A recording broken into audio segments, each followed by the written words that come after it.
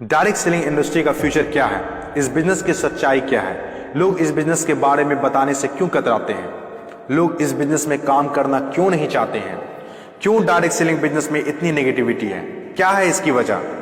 Direct selling business आने वाले वक्त का सबसे बड़ा बिजनेस है। क्यों?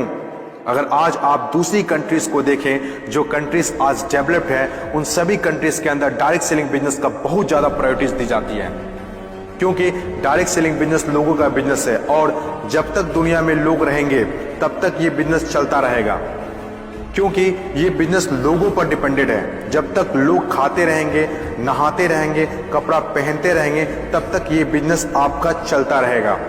अपने इंडिया में कुछ लोग इसे फंसाने का काम बोलते हैं और कुछ लोग ये मानते हैं जिनके पास करने को कोई काम नहीं होता वे लोग ये काम करते हैं। मैं उन सारे लोगों से सहमत हूँ, क्योंकि उन लोगों के पास अभी तक इस बिजनेस का प्रॉपर नॉलेज नहीं पहुंच पाई है।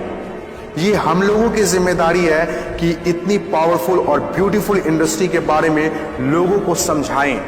दुनिया में कुछ ऐसे भी काम होते हैं जो लोगों को आसानी से समझ में नहीं आते हैं। एक छोटा सा एग्जांपल देता हूं। हम लोग दिन भर फेसबुक, व्हाट्सएप और यूट्यूब कितना यूज करते हैं और इसके लिए आपसे एक भी पैसा नहीं लिया जाता है। तो जरा सोचिए उनकी कमाई कैसे होती होगी, जबकि फेसबुक दुनिया के टॉप 10 बिजनेस में आता है कमाई के मामले में। कुछ लोग सोचते हैं अगर फेसबुक जब हमसे पैसा नहीं लेता है तो कमाता कैसे होगा। कुछ लोग सोचते हैं पता नहीं कमाता भी होगा कि नहीं। कुछ लोग कहते हैं जो डाटा हम लोग यूज करते हैं उससे कमाता है। डाटा का पैसा सिम वाले को जाता है, जिसका सिम हम लोग यूज करते हैं, चाहे वो एयरटेल हो या जियो हो। ना तो जानते हैं और ना ही जानना चाहते हैं कि कमाई आखिर कैसे होती है। दोस्तों, सबसे पहले आपके लिए ये जानना जरूरी है कि कोई भी इंडस्ट्री कैसे चलती है और कैसे बनती है। किसी भी नई इंडस्ट्री को चलने के लिए 4 फेज से गुजरना होता है। पहला जो फेज होता है वो होता है नेगेटिव फेज, और आज direct selling industry negative phase में है। ये फेज हर नई इंडस्ट्री को झेलना ही पड़ता है। जब भी मार्केट में नया बिजनेस आता है तो लोग पहले उसे ठीक से समझ नहीं पाते हैं और अनदेखा कर देते हैं, जैसे बैंकिंग सेक्टर के साथ हुआ, इंश्योरेंस सेक्टर के साथ हुआ, टेलीकॉम इंडस्ट्री के साथ हुआ। पहले ना तो लोग बैंक में पैसा जमा करते थे और ना ही इंश्योरेंस लेते थे, क्योंकि इंडस्ट्री नई थी, लोग डरते थे, किसी पर भरोसा नहीं था। लेकिन आज देखिए, यही इंडस्ट्री है जिसके बिना किसी राज्यों की कल्पना करना असंभव है। जब नई नई प्लास्टिक इंडस्ट्री स्टार्ट हुआ तो 95% लोगों ने इनकार कर दिया, ये कहकर कि यह पॉसिबल नहीं है। लेकिन उस वक्त भी 5% लोगों को विश्वास था और आज वही 5% लोग दुनिया में आगे हैं। आज हर चीज प्लास्टिक का है, जग हो या बाल्टी, कुर्सी हो या टेबल, खिलौना हो या फ्रेम, यहाँ तक कि डोर भी अब प्लास्टिक के हैं, जो आज से 20 साल पहले किसी ने सोचा भी नहीं था। आज direct selling business negative phase में है, इसीलिए इतनी सारी नेगेटिविटी है। और जब ये पॉजिटिव फेज की तरफ बढ़ता जा रहा है, नेगेटिव फेज में होने के बावजूद भी इस इंडस्ट्री ने कई लोगों की जिंदगियां बदल दी। दूसरा जो किसी भी इंडस्ट्री को फेस करना होता है वो दूसरा फेज होता है पॉजिटिव फेज।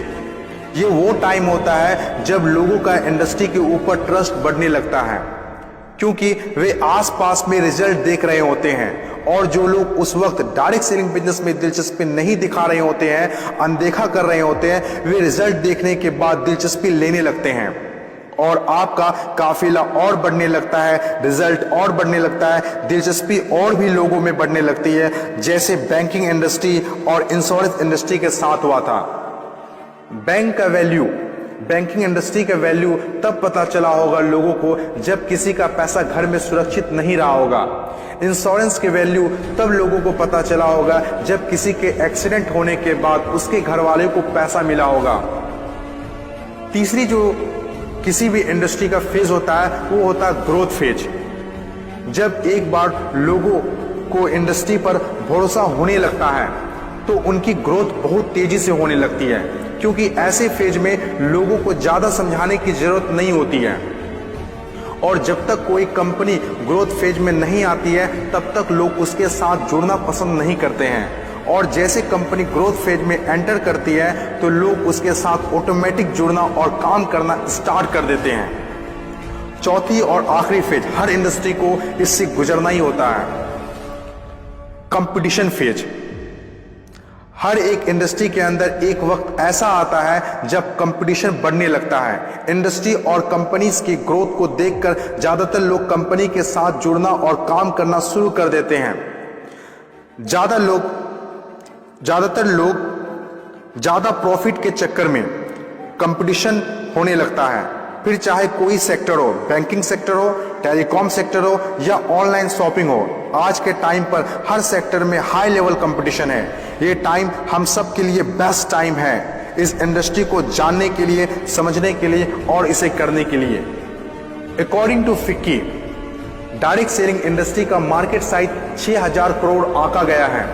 आज तक जितना हुआ है उसको देखते हुए फिक्की ने डिक्लेयर किया है कि डायरेक्ट सेलिंग बिजनेस 2020 से 25 तक 645 अरब तक की हो जाएगी। आपको इस बात को जानना बहुत जरूरी है कि अमेरिका, ऑस्ट्रेलिया, चीन, जापान, कोरिया और सिंगापुर जैसे बहुत बड़ी बड़ी डेवलप्ड कंट्रीज ने डायरेक्ट सेलिंग बिजनेस को बहुत हद तक अपना लिया है और वहां के सिटीजन भी बहुत जागरूक हैं।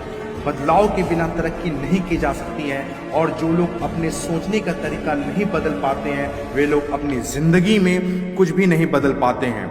नोकिया, कोडेक जैसी बड़ी बड़ी कंपनियां चलाने वाले लोग भी अपने सोचने का तरीका नहीं बदल पाए, इसीलिए अपनी शानदार शुरुआत के बाद भी वो वक्त के साथ इतिहास के हिस्सा बन गए। इन तमाम बातों से मैं एक बात बताना चाहता हूँ, बदलाव ही प्रकृति का नियम है। बदलना तो तय है, जो वक्त से पहले बदल गया उनकी जिंदगी बदल गई और जिसे वक्त ने बदल दिया उनकी भी जिंदगी बदल गई। फर्क साफ है, अगर वक्त के साथ बदल गए तो ठीक, वरना वक्त ने बदला तो बहुत तकलीफ होगी।